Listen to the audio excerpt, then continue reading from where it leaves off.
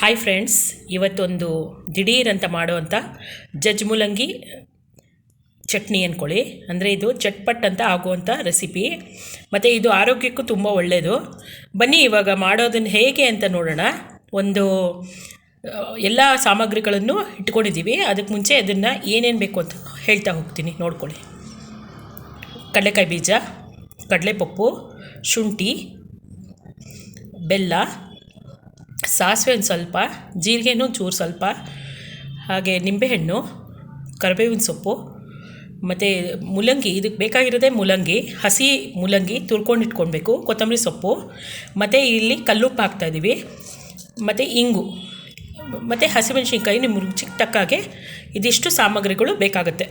ಏನಕ್ಕೆ ಅಂದರೆ ಇದು ಮೇಯ್ನು ಕೋರ್ಸ್ ಥರ, ಅಂದರೆ ಸೈಡ್ ಡಿಶ್ ಥರ ತಿನ್ಬೋದು.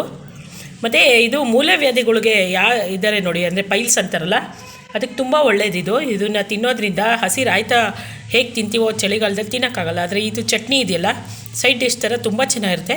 ಒಂದು ಸತಿ ಮಾಡಿ ನೋಡಿ ಹೇಗೆ ಬರುತ್ತೆ ಅಂತ ನಮಗೆ ಕಮೆಂಟ್ ಮಾಡಿ.